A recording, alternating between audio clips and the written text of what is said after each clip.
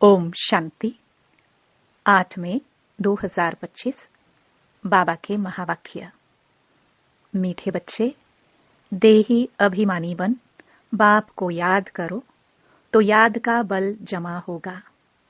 याद के बल से तुम सारे विश्व का राज्य ले सकते हो। प्रश्न: कौन सी बात तुम बच्चों के ख्याल ख्वाब में भी नहीं थी जो प्रैक्टिकल हुई है?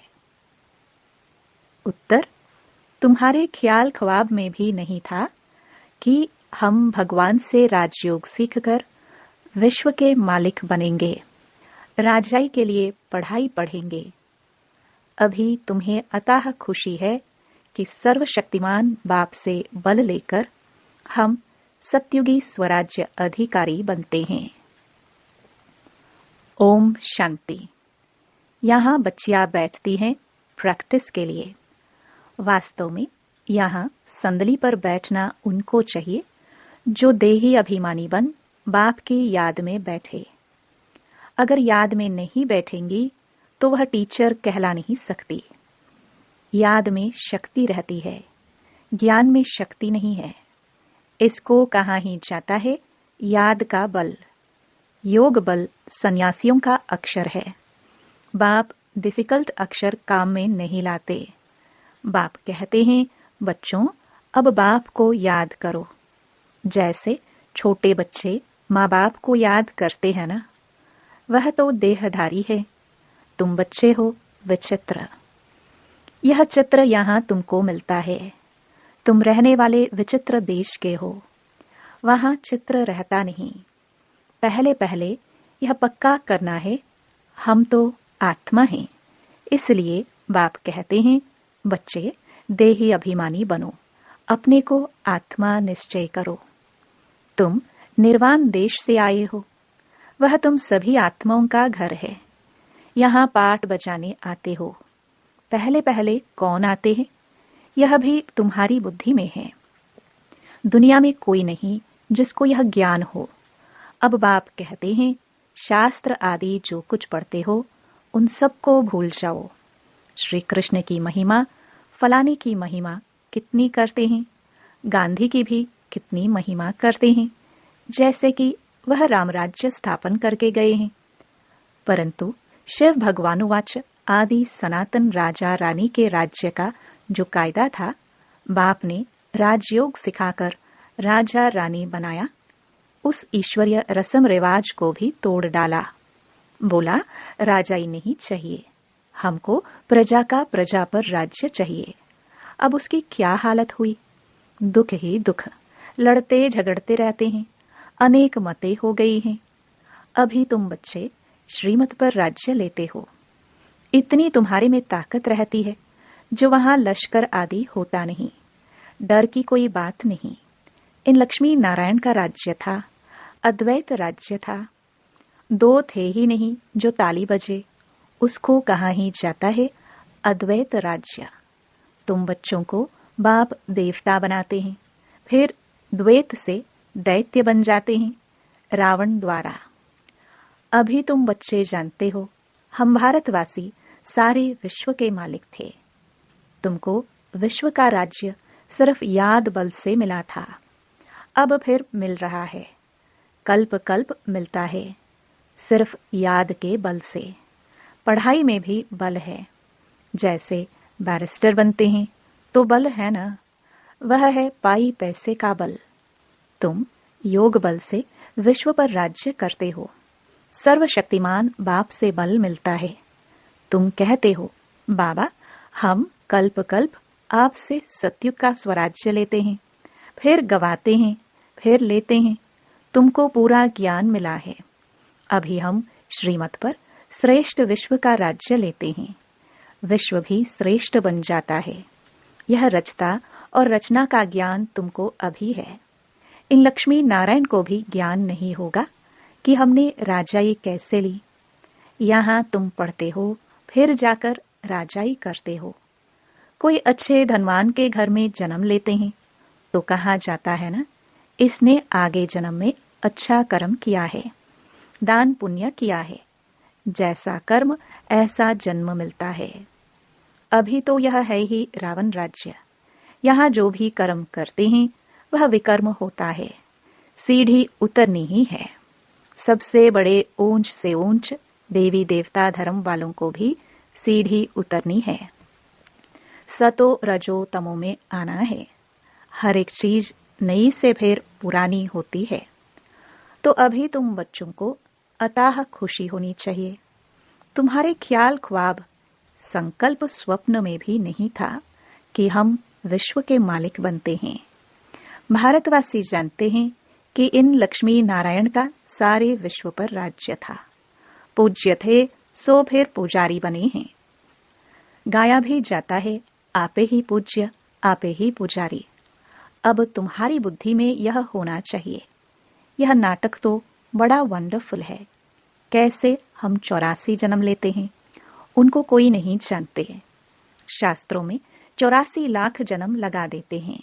बाप कहते हैं यह सब भक्ति मार्ग के गपोड़े हैं। रावण राज्य है ना, राम राज्य और रावण राज्य कैसे होता है, यह तुम बच्चों के सिवाय और कोई की बुद्धि में नहीं है। रावण को हर वर्ष जलाते हैं तो दुश्मन है ना। 5 विकार मनुष्य के दुश्मन हैं। रावण है कौन, क्यों जलाते हैं, कोई भी नहीं जानते।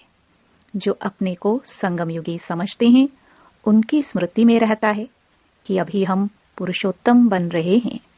भगवान हमको राजयोग सिखलाकर नर से नारायण, भ्रष्टाचारी से श्रेष्ठाचारी बनाते हैं।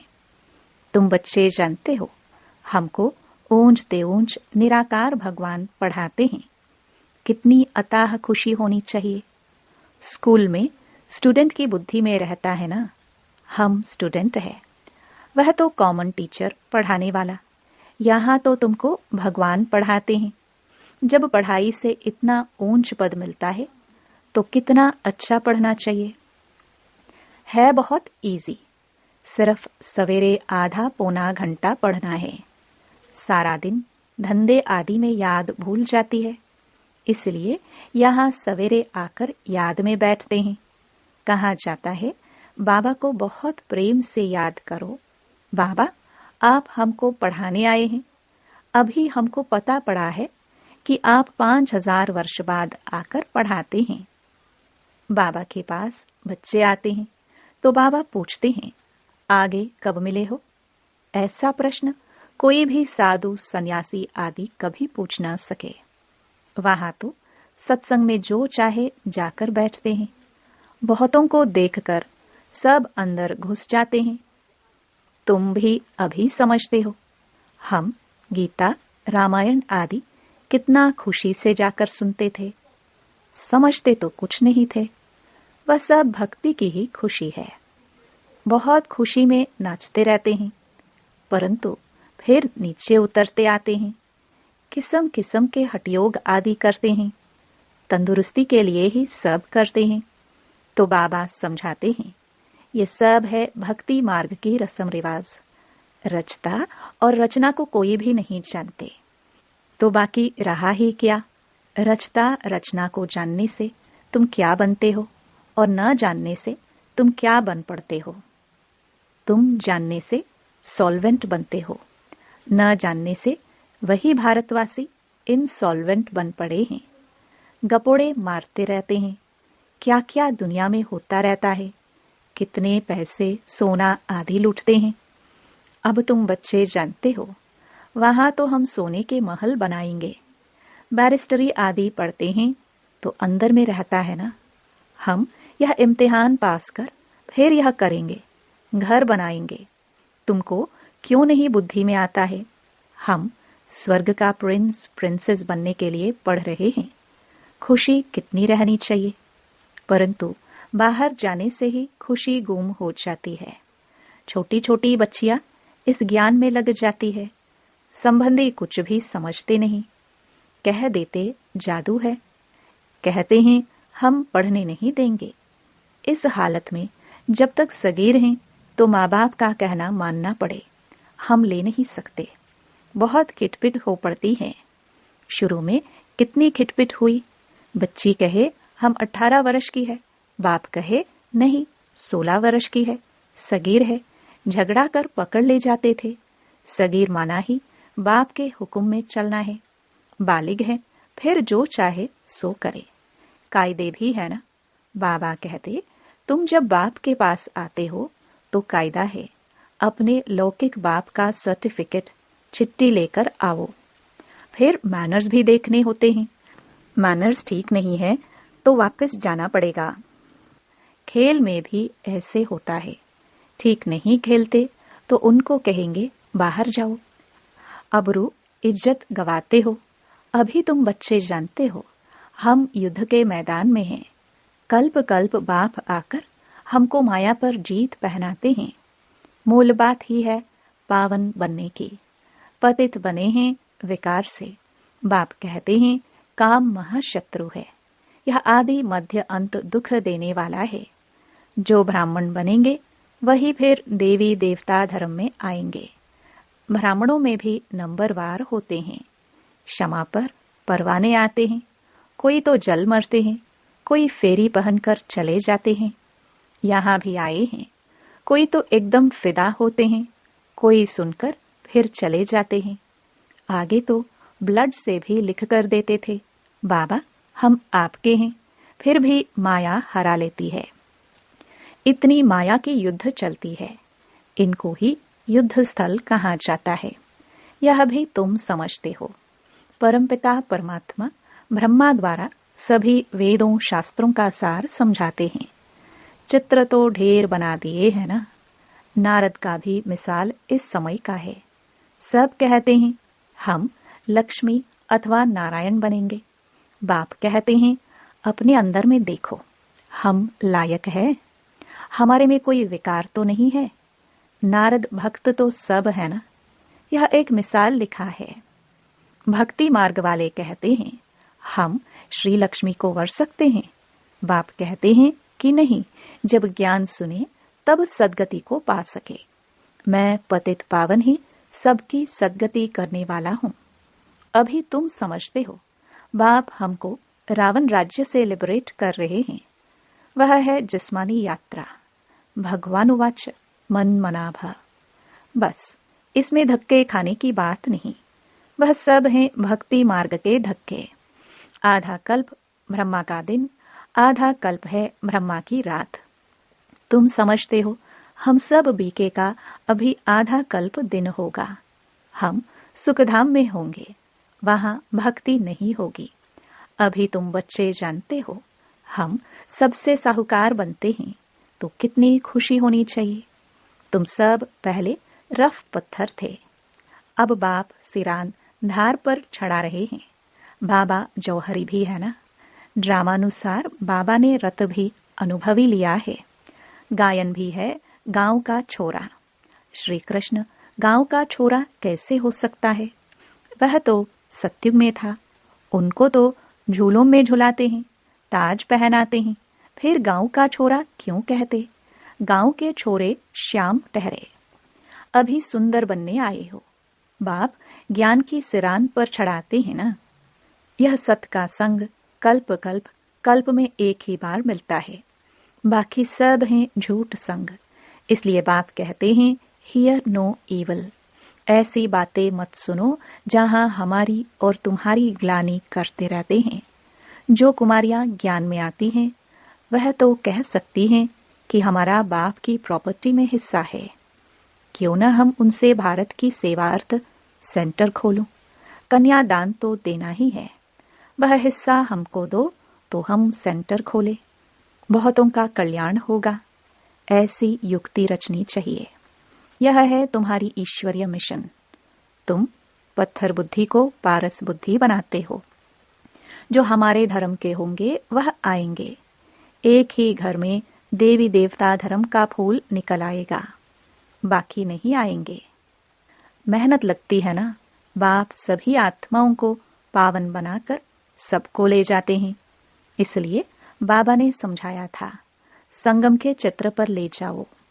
इस तरफ है कलयुग, उस तरफ है सतयुग। सतयुग में है देवताएं, कलयुग में है असुर। इसको कहा जाता है पुरुषोत्तम संगम युग। बाप ही पुरुषोत्तम बनाते हैं। जो पढ़ेंगे वह सतयुग में आएंगे, बाकी सब मुक्ति धाम में चले जाएंगे, फिर अपने अपने समय पर आएंगे। यह गोले का चित्र बड़ा अच्छा है। बच्चों को सर्विस का शौक होना चाहिए। हम ऐसी ऐसी सर्विस कर गरीबों का उद्धार कर उनको स्वर्ग का मालिक बनाएंगे।